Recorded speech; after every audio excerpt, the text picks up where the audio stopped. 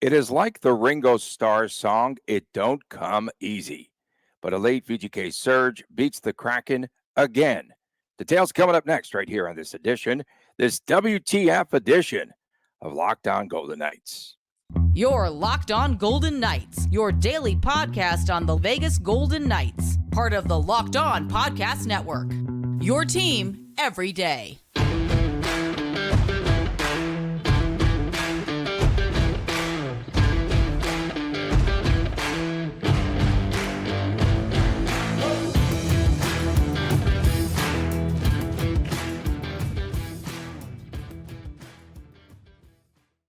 Hi again, everyone. Tony Cardasco, Chris Golick from Las Vegas. Thanks for making us your first listen every day.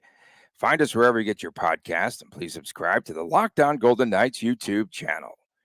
We are brought to you today by FanDuel. We appreciate everyone tuning in, and make sure that you go to FanDuel.com/LockedOn.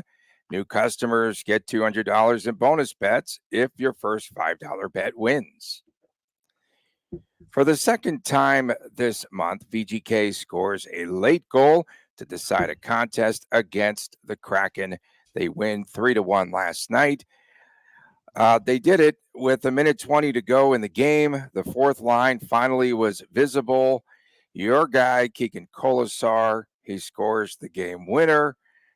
The play was reviewed. Referee Chris Golick was VGK offside. And don't say it was close. Do not say it was close. These analysts get paid to say something other than that's really close.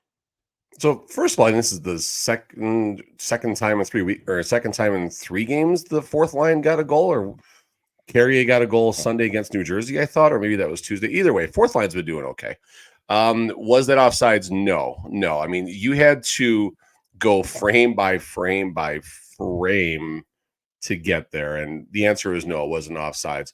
I honestly was wondering more goaltender interference when I saw it. Howden made a really good rush to the net, made contact with Grubauer. It was incidental, but there was still contact there, and he spun Grubauer a little bit. That was honestly my bigger focus of the goal, that they were going to look at that side of it. And then when I saw the offside review, you watched, and yes, it was close. But at the end of the day, no, it wasn't offside. It had to go a frame by frame deep to determine that, but no offside. Okay. We know we go back to that last game against the Kraken, another heartbreaker for Seattle. First meeting earlier this month, 16.3 to go. Marchessault scores the goal. At the end of regulation, they win it. VGK does in OT. And that started this tailspin for the Kraken 6-game losing streak. On Thursday night, it was Colasar late after that Eli Tofanen, that shot hit the pipe. I thought that was going in. And then Matty Berniers, he even had a chance late where the puck was just sitting there in the blue paint. And again, Bruce Cassidy with the theme, nothing is coming easy right now. Again, they're having to grind out these victories. These aren't easy wins against the 5th toughest schedule down the stretch. Who came up with that stat? Fifth. I saw that. I'm glad you brought it up because I stopped thinking about it.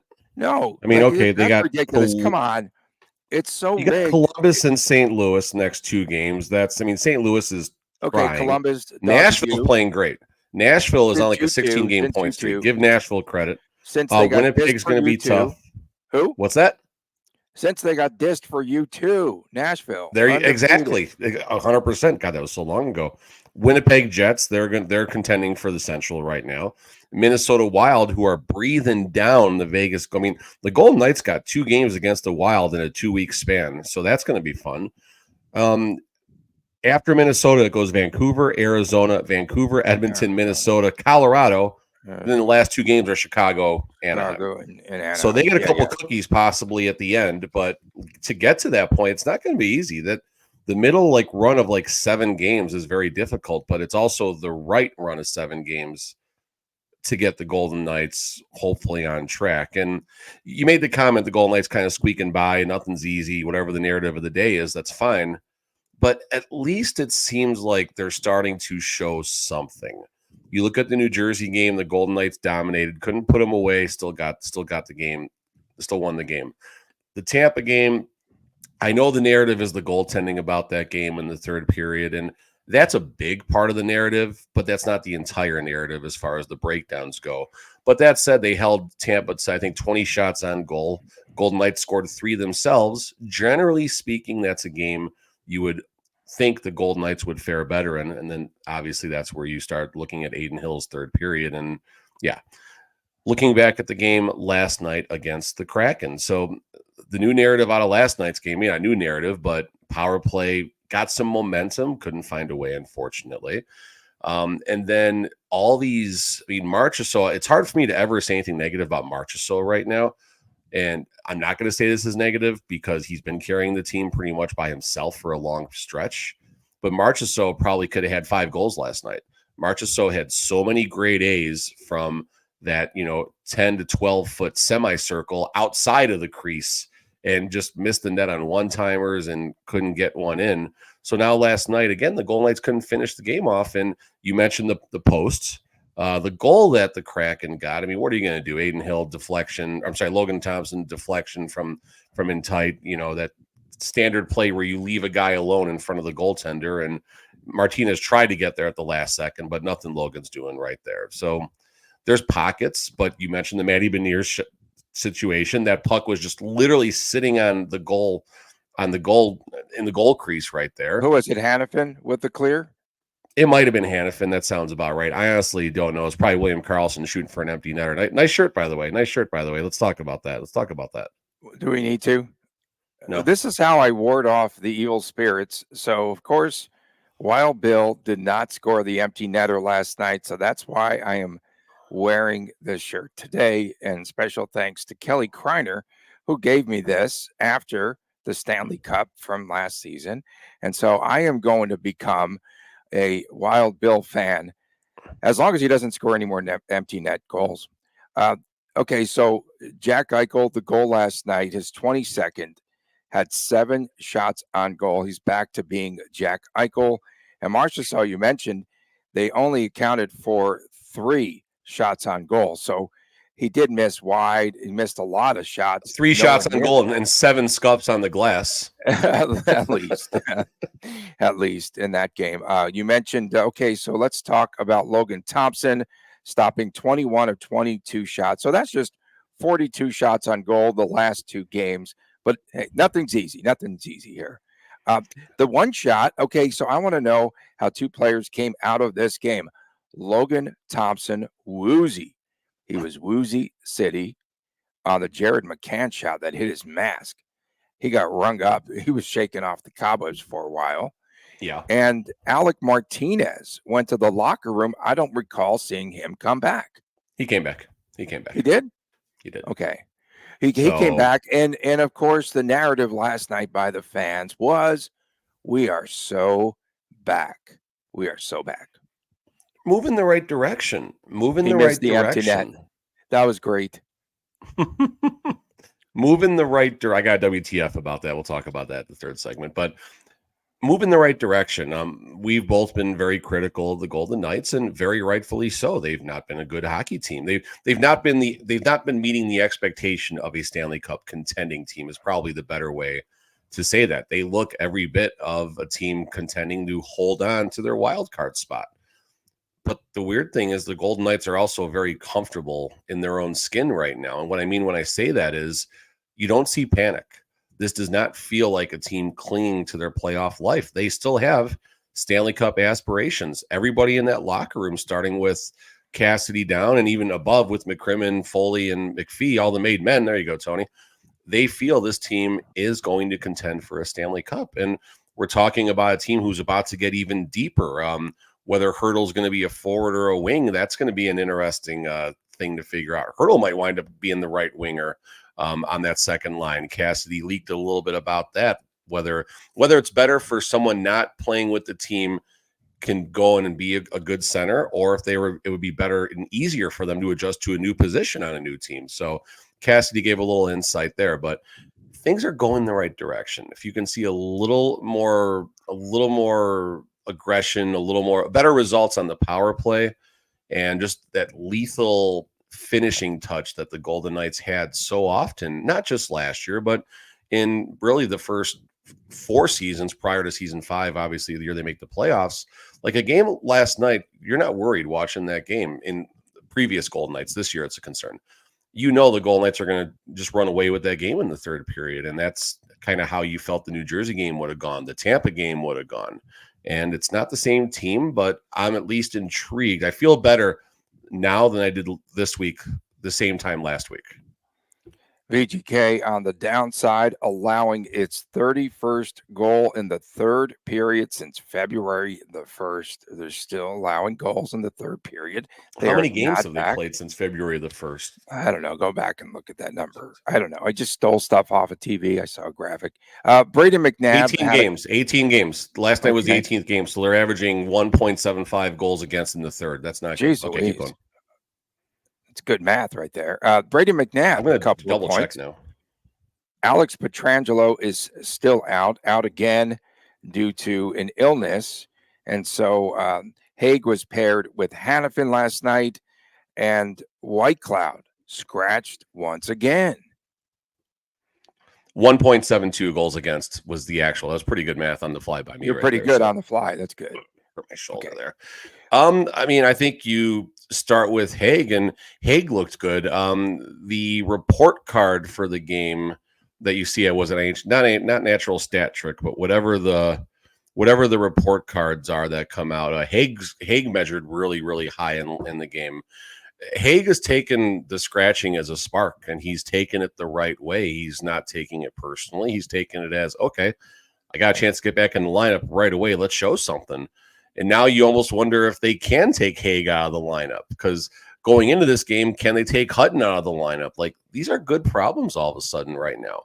And Whitecloud is just, kind of waiting for his chance. And I think Whitecloud will have a similar response like Haig once he gets his shot. And there's going to be attrition there should be attrition come playoffs. The Golden Knights were very lucky last year to have very minimal issues with injuries.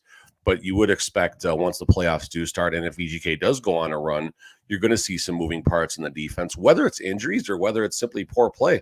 In the playoffs, you do things that coaches do things they don't do in the regular season. There's no time. There's not necessarily a tomorrow. So, Theodore could have a bad game and Whitecloud draws, and I don't think that's going to happen. But that's just a perspective of the type of things that do happen come playoffs.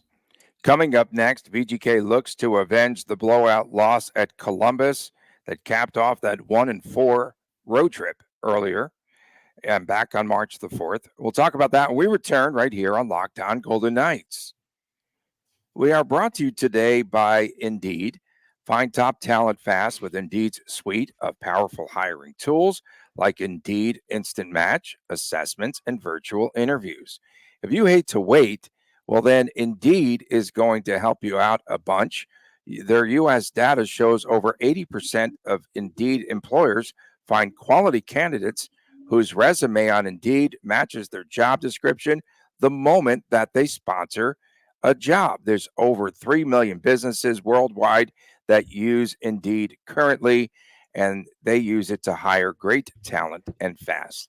Indeed knows that when you're growing your own business, that you need to make every single dollar count. That's why with Indeed, you only pay for quality applications that match your must-have job requirements. Indeed knows that hiring needs to be cost-effective, and that has to happen for your company. And a lot of folks like myself and Chris are in small businesses, and you can't afford to overspend on your hiring. So just simply go to Indeed.com/lockedon, and you can start your hiring now. Just go to Indeed.com/lockedon, Indeed.com/lockedon. Terms and conditions apply. Cost per application pricing not available for everyone. If you need to hire, you need Indeed. Back on this edition, this WTF edition of Locked On Golden Knights, Tony Cardasco, Chris Golick, reporting from Las Vegas. We appreciate you making us your first listen every day. Of course, today, WTF with the Friday. And tomorrow morning on Saturdays, it's the Chris times Chris Jr. show. Did you call him Junior? You ever call him Junior? No. Okay. No, We'll scrap that. and you can tune in and make sure you subscribe to the YouTube channel. And this guy, I'm wearing his shirt today to pay homage to him for trying to injure Alec Martinez last night. He tried to injure him. He pushed him and then went crashing into the boards. He pushed him. Is that like James Harden trying to block his own guy's three-pointer the other night? Very, very close. It don't come easy, Ringo Starr. On March the 4th, against last place Columbus, first game back for Jack Eichel Blue Jackets with a 3-goal third period. 3 of the 31 goals in the third period scored against VGK since the All-Star break. It was a 6-3 CBJ win. And wasn't there a Nylander hat trick in that game? I don't remember. I don't even know that. I don't know. The mascot probably had a hat trick that game. CBJ has no identity. Stinger. They're like that Carlson line. There's no identity. You're taking a shot at Carlson there. That's not the right shot to take. That's not. Carlson's got an identity. I don't, whether you like him or not, he's got an identity with his line. Columbus. I mean, what are we going to say about Columbus here? I mean, last place in the Eastern Conference, 58 points. Yet they beat the Golden Knights 6-2 in that game. 5-2, whatever. 6-3, fine, whatever. Yeah, okay. leaky VGK defense. And after that game, the one thing that does stand out that I recall, that was the game in which Cassidy comes back post game and says, "This team doesn't want it. They don't want it. They don't have the desire. They don't." Oh, and they've been firing that, and I think people even said they want it in the post games now. And my goodness! I mean, just look in the mirror. It's a year of narratives. I mean, okay, what's the Columbus been up to? 1, 2, 3 wins in their last 10 games. They're 3-7 in their last 10. One of those victories against Vegas. They also beat Edmonton. They beat Edmonton 4-2. Okay, fine, whatever. Then they beat the San Jose Sharks 4-2, lost 6-1 to the Jets. Overtime loss in Detroit. They've been off since the 19th, so they got a couple days rest. Lost to Ottawa in overtime, lost to Nashville. Everyone loses to Nashville. So, I mean, that's the last 10 games. Columbus stats, I mean, Johnny Gaudreau leads with 51 points. Werenski, a defenseman, 43. That's kind of nice. Marchenko's doing okay, 33 points. But, I mean, how is this not a spot? Well, I know it doesn't come easy, but how is this not a spot where the Golden Knights just roll 6-1 here? How is this not that type of game? And, you know, you got to wonder. I got to look at the numbers, but I am confident in this statement. When both goalies have been healthy, Adin Hill and Logan Thompson, when both goalies have been healthy and available, Adin Hill has had how many different runs of consecutive starts? He's probably had, he's played 30-something. Adin Hill has 31 appearances. Probably 29 of those are starts with pulls and things like that. Of those 29 games, I would probably venture to say 15 to 18 of those were consecutive runs, whether it was 2 games in a row, 3 games in a row, or recently 5 games in a row. But Logan Thompson, as of March the 22nd, does not have a run of consecutive starts when Adin Hill has been available. Adin Hill got absolutely blown up and shelled. Bad pun with the Blue Jackets and the Cannon, but he got shelled terribly the last time they played.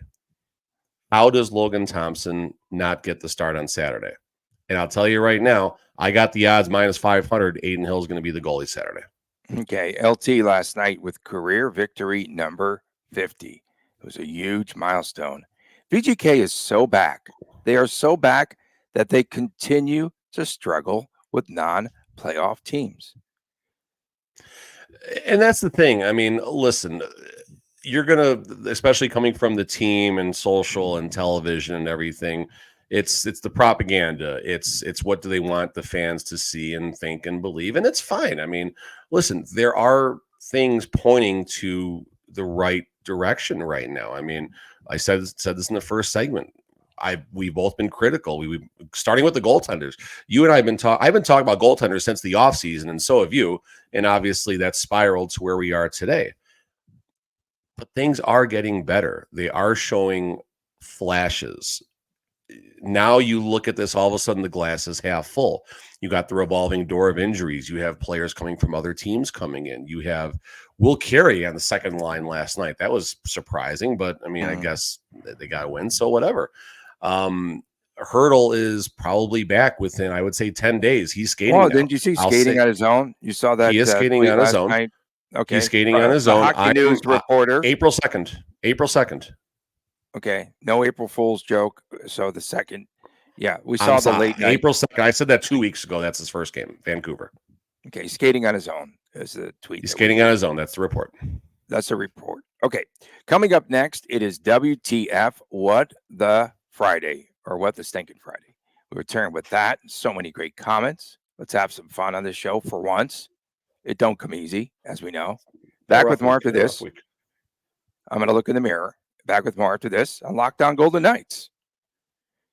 Say goodbye to busted brackets because FanDuel lets you bet on every game of the tournament, and my brackets are already busted. So say hello to my busted brackets, if you will. No perfect brackets. Whether you are betting on a big upset of a 1 seed, it is time to go dancing on America's #1 sportsbook. That's right. Right now, new customers get $200 in bonus bets if your first $5 bet wins. That's $200. And again, you can use on point spreads, money lines, and everything else. There's all sorts of prop bets and what have you. You can even pick who's going to win it all. That's very hard to do.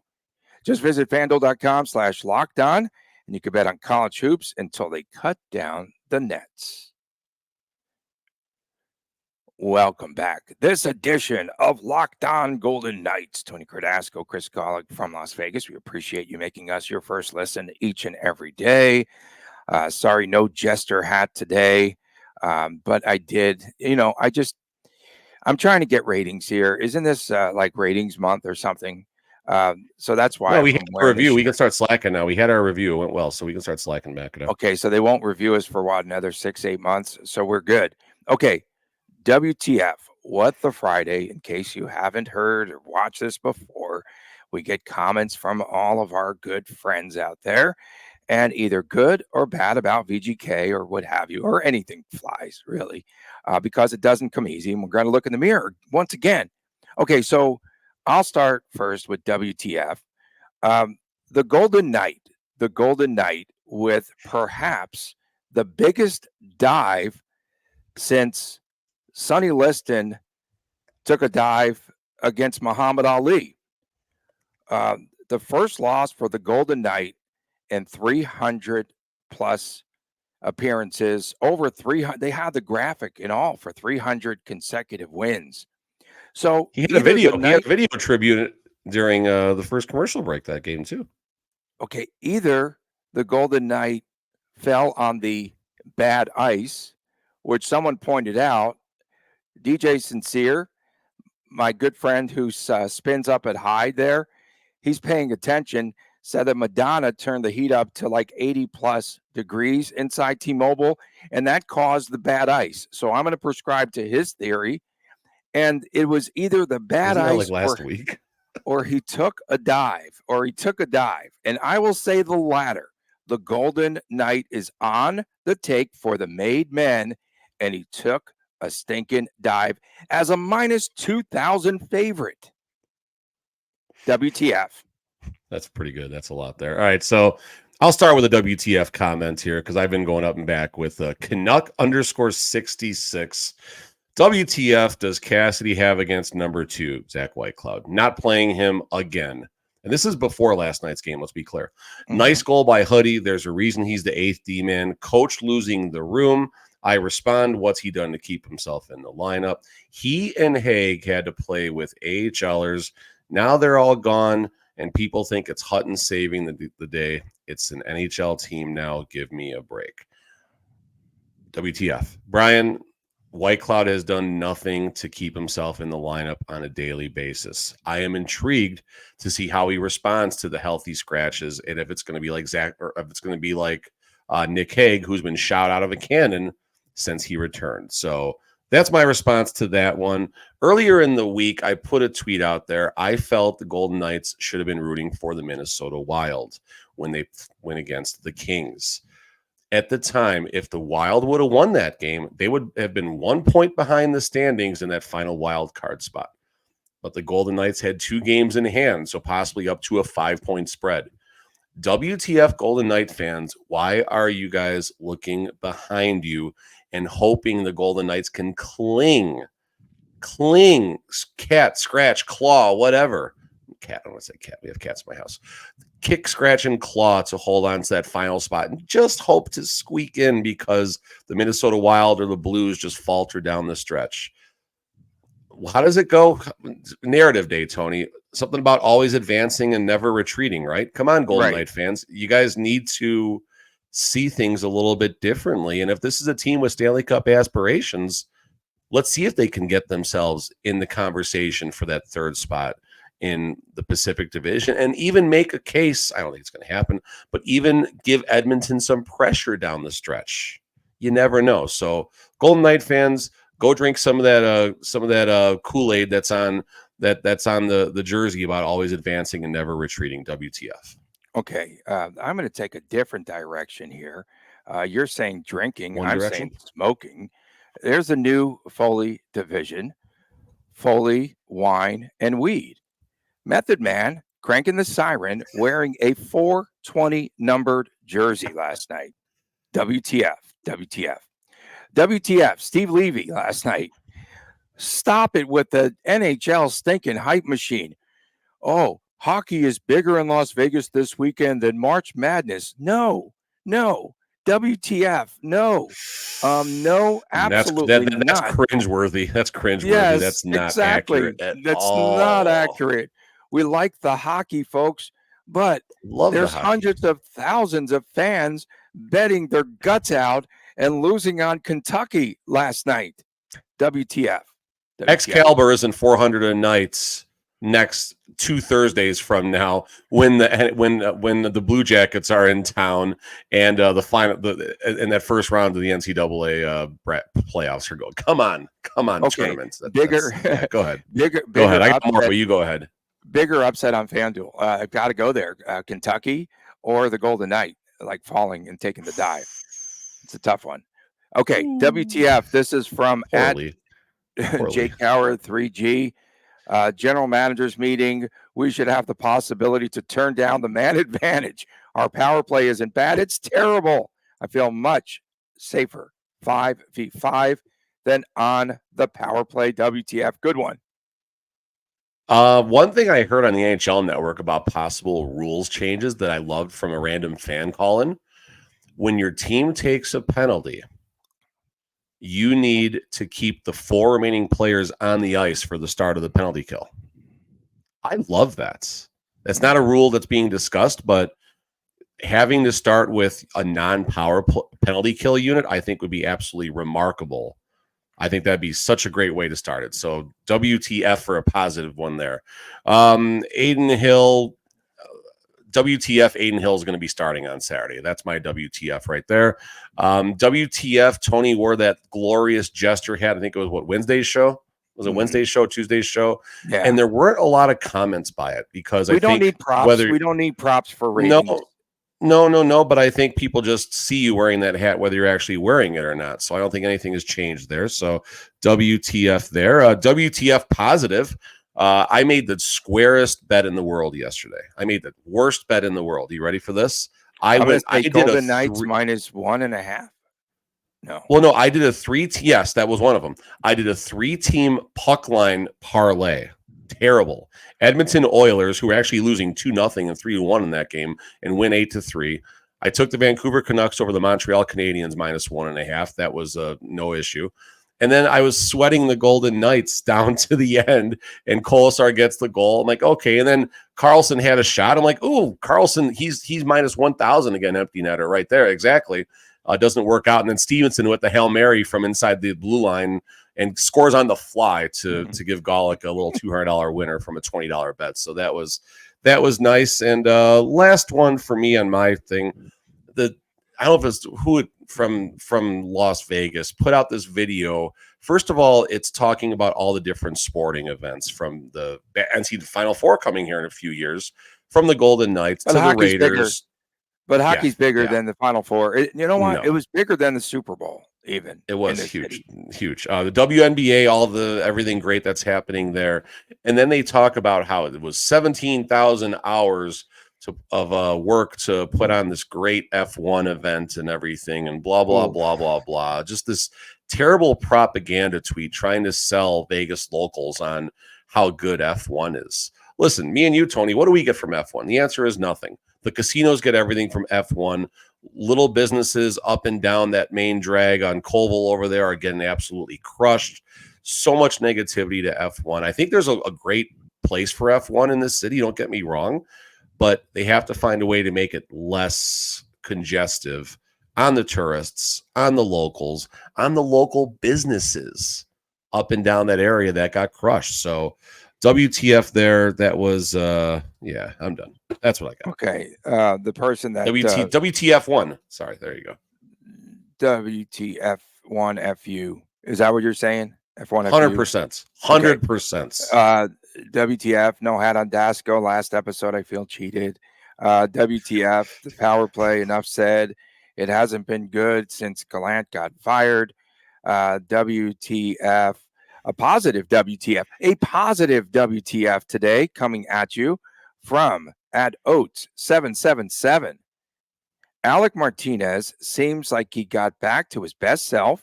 Makes you wonder how bad the injury was pre-surgery. WTF. Okay, we're just gonna end. Yeah, he is playing. No, that's fair. Martinez is playing a lot better. Until this guy tried to push him into the stinking boards, and he had to go off the ice. Wild Bill. Tony's an Alec Martinez shirt.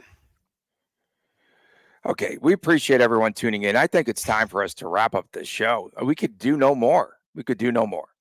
We could do our 10 minutes if we wanted, but no.